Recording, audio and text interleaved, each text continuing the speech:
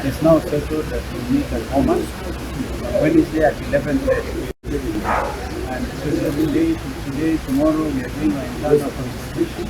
I'm quite sure the other side has understood. So that when we meet on Wednesday, we want to be able to do it as much. And as a team, are you maybe concerned about the appellants coming out and of course the other side and so what we are focusing on Wednesday, people can see what is in their mind or what best pleases them or what they think is useful to them to their cause.